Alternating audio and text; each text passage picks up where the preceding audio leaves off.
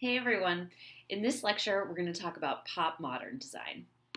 Spearheaded by a revolution in popular culture, the 60s gave way to design that rebelled against the constraints of serious minded modernism. Young consumers sought to change the world and bought into design in bold, unconventional shapes and patterns that alternated between psychedelic and op art. Eye popping colors and swirling shapes, the jarring rhythms of the Beatles' generation music, and the extroverted clothing styles of Carnaby Street fashion were reflected in assertive interiors that sometimes seemed to be laughing at themselves and at design. The movement was led by avant gardists in London and New York. Designers experimented with new types of plastic that were easily color treated. They also focused on molding technology and flexible fabrics. Op art. I mentioned this in the intro slide. It takes its name from optical illusions. We see psychedelic colors printed in surreal swirls and coils on new stretchy fabrics that are wrapped around these free-form seating pieces to emphasize their very sinuous forms.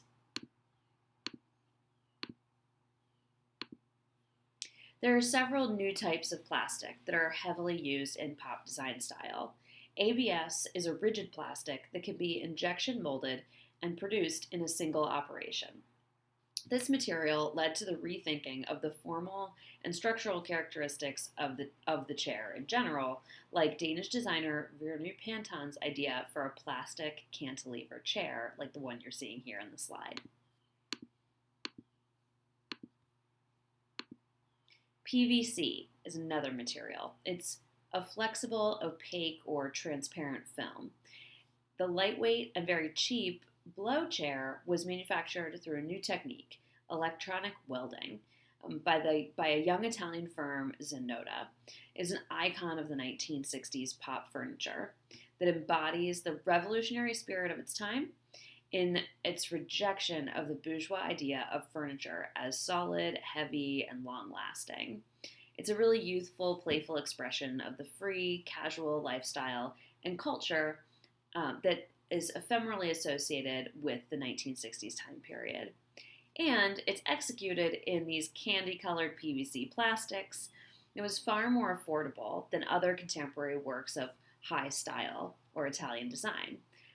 Despite its cult status, however, consumers really disliked the fact that PVC quickly became hot, and if you've ever sat in it, it tended to stick to your legs on the bottom if they're exposed, sort of glued and thermoformed to you. It was most commonly used for inflatable furniture.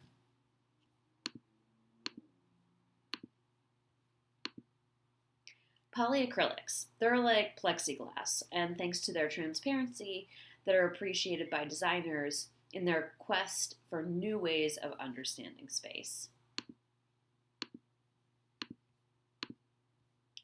Polyurethane foam is another new material. Its density makes it suitable for cutting, molding, or attaching to a frame, allowing for an extraordinary freedom in the design of the form of furniture. Another use for polyurethane foam is to mold itself to the sitter. And this leads me to the Sacco, or what I call the OG beanbag. It's a big vinyl pouch that's filled with polystyrene pellets. The seating piece kind of mocks the basic tenets of modernism. Form still follows function, but not in the way the Bauhaus founders intended. A chair whose form changes with each shift in the occupant's position. It's a design process that never ends.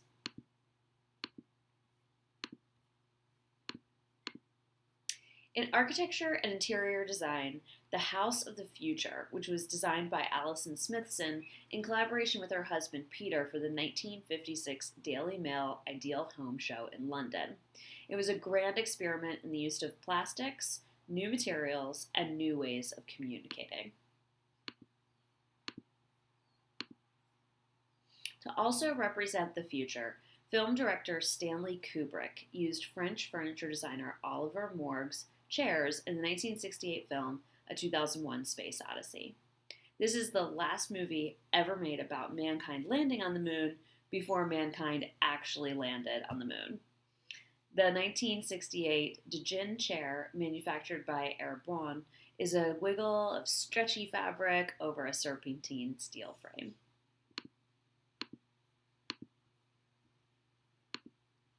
Pierre Paulin is another designer who created many ribbon-like furniture silhouettes. He also used tubular steel frames covered with rubber sheeting and foam rubber padding. These were then covered with a stretchy fabric that clung really closely to the contours of the foam. The mushroom chair that you see in this slide is included in the MoMA's permanent collection, so something that you can see today in museums.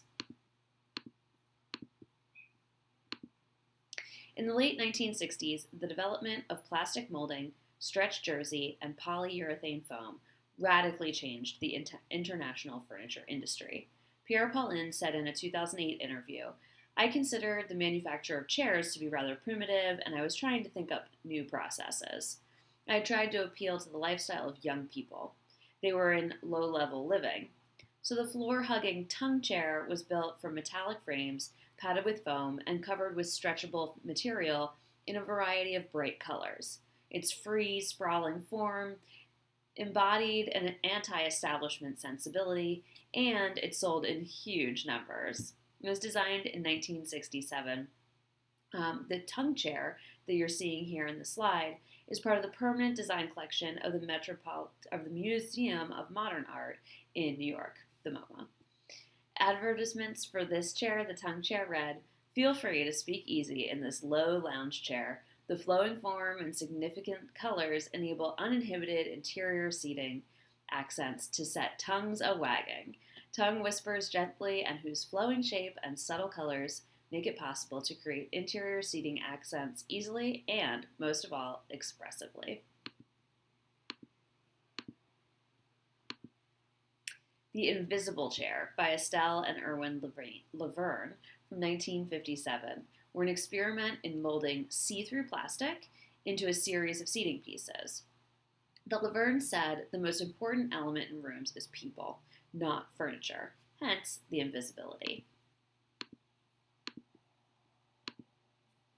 Eero Aarnio was, and still is, one of the pioneers in using plastic in industrial design. Plastic materials set the designers free to create every shape and use every color they wanted. This gave birth to objects oscillating between function and fun. The pastel chair received the American Industrial Design Award in 1968.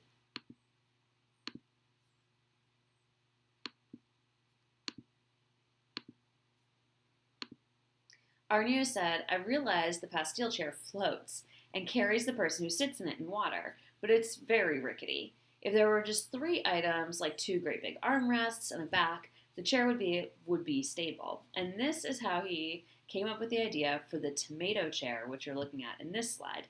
The name reflects its looks. Looking at the chair from the front, there are 2 big round shapes, 2 circles, like in the word tomato.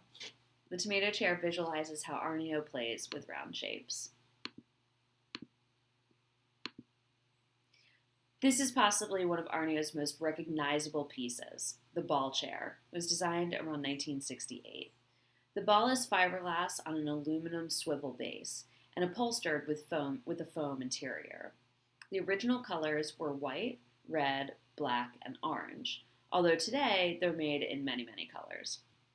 Aarnio even installed a working red telephone on the inside of his chair. It is said that the ball chair is a room within a room, with a cozy and calm atmosphere. So sitting in this chair is a special experience because all surrounding sounds are really softened down and it gives a certain feeling of privacy sitting in the chair. Aarnio himself actually has a ball chair with a telephone in it, and some people also had it fitted with speakers.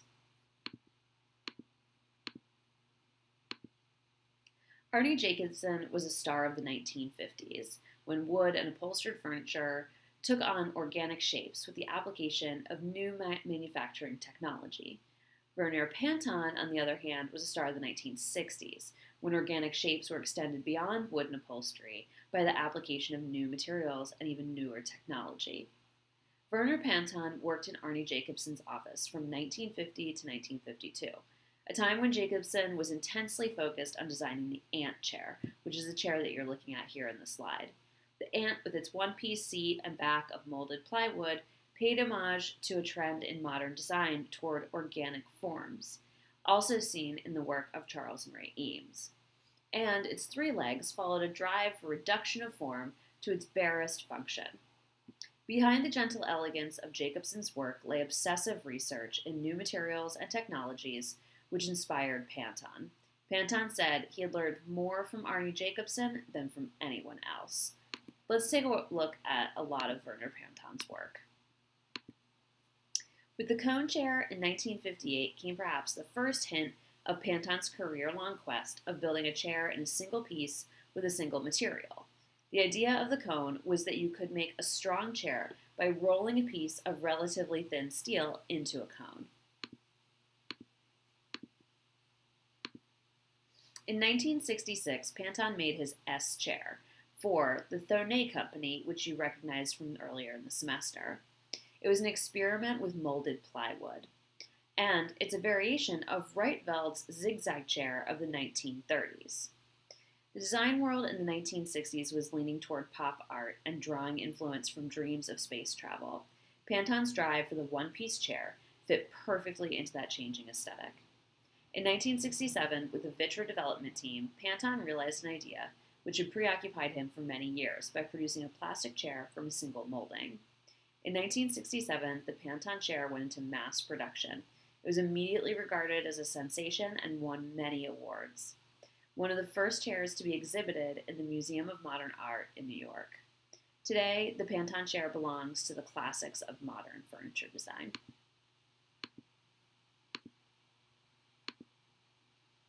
Like other radical practitioners from the post-war era, Panton was preoccupied with inventing the future, but he approached it with a pop sensibility.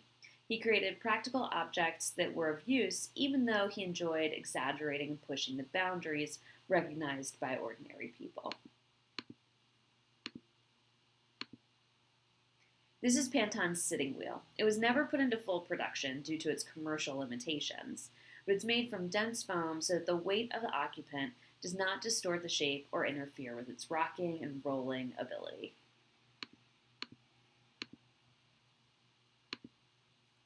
His living tower uses all three dimensions of a room. The organically shaped sculptural piece can be used at 4 different levels. Panton believed that it was important to seek harmony between people and their surroundings. The living tower fosters communication and interaction. The Pantons on a living tower in 1971 in this image. It was originally produced by Herman Miller. The living tower is emblematic of the wildly organic direction of Panton's work in the late 1960s and beyond.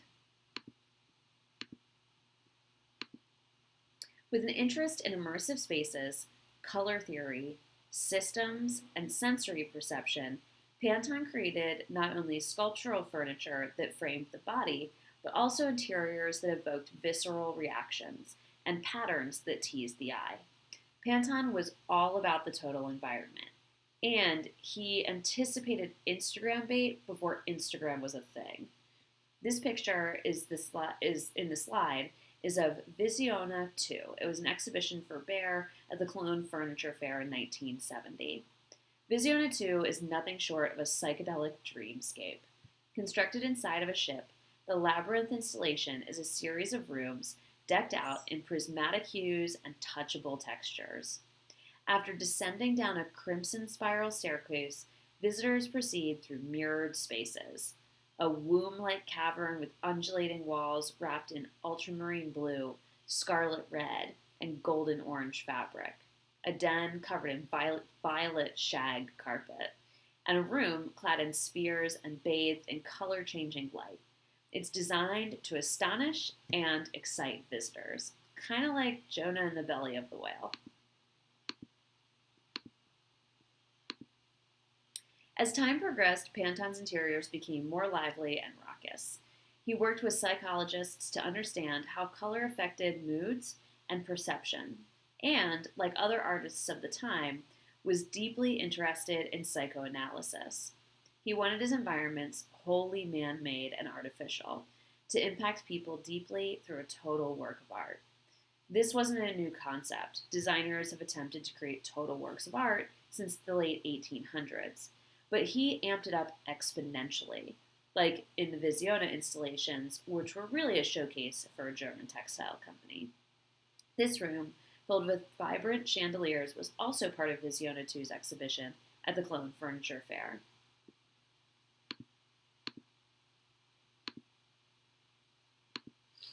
His interiors often involved pyramidal or hemispherical ceiling and wall projections, intended to improve acoustics as well as enliven a room.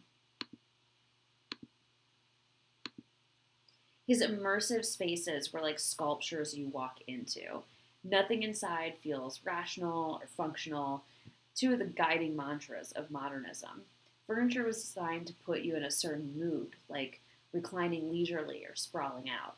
A ceiling could be composed entirely of lamps, and the colors were rich and saturated, like the offices Pantone designed here for Der Spiegel, a German newspaper in 1969. Which, yes, included a swimming pool. Pantone was the ultimate designer of atmospheres that you wanted to be in, like Restaurant Varna, completed in 1971 in Aarhus. A food critic at the time celebrated the space's architectural theater and suggested people visit even if they weren't going to order any food. This sentiment feels eerily similar to how many of the photogenic spaces of today are consumed. An Instagrammable bathroom is reason enough to try a new restaurant, which is why the same images of the accent wall or the picture-perfect vignettes or the immersive installations keep recirculating. Pantone figured this out decades ago.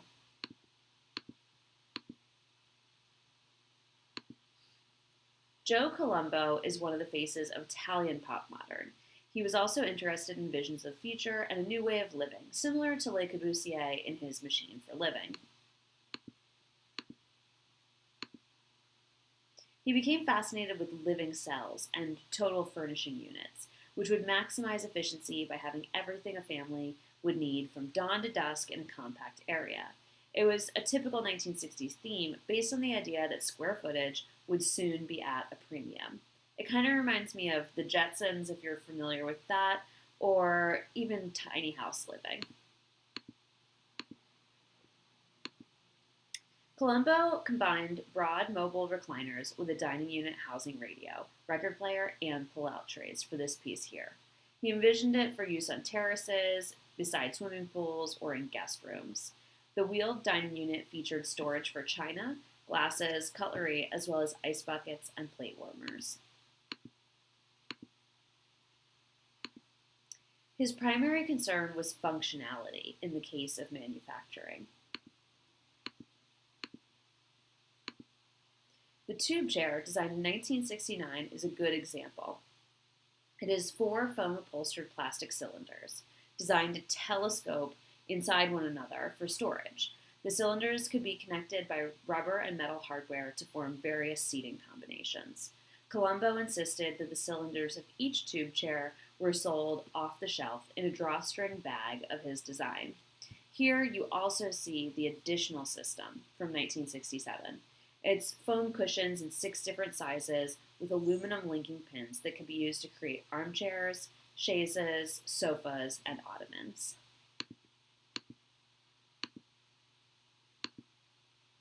Other famous pop modern designs include the Boca sofa by Studio 65, designed in 1971. In America, it's actually called the Marilyn from Marilyn Monroe. Stretch upholstery is used over polyurethane foam. Here, it's on display at the Vitra Design Museum. And behind it, we see a few more pieces that I'd like to talk about. This is the Pratone by Gruppo Strum, done in 1970, which means large lawn. They're 4.5-foot squares that could be linked together to create a meadow. And this is the 1969 Up chair and ottoman by Gaetano Pecci for B&B Italia. They were packed in a flat carton, and when you opened up the carton, expanded to full size. Stretch fabric is covered by foam. Roberto Matta had similar ideas to Werner Panton's thoughts on interaction with his Melite seating system in 1966. For the Libro chair, designed in 1970, the form is modeled on an open book with 10 pages and a fixed cushion in the center. So each of the individual pages can actually be turned, allowing the occupant to vary the seating positions. Although not a new material, Peter Murdoch's Spotty Child's chair, done in 1963, was the first commercially produced paper chair. It came flat packed and was sold in supermarkets and department stores.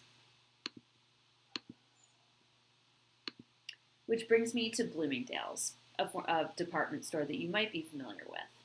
So to see how pop modern was consumed by the masses, here's a collection from the Bloomingdale's showroom and catalog designs. This is the Cave Room of 1968. It was the boldest room that Bloomingdale's created. It had a frame of wood and chicken wire, then sprayed with urethane foam. To me, it kind of reminds me of what we see at miniature golf courses. This is a Bloomingdale's interior with Frank Gehry's Wiggle side chair, which is actually made of cardboard and done in 1970. Here we see 4 projectors flashing 36 images that kept things from getting boring in this interior. Here we see amoeba-shaped risers defining fashion designer Pierre Cardin's early 1970s room for Bloomingdale's.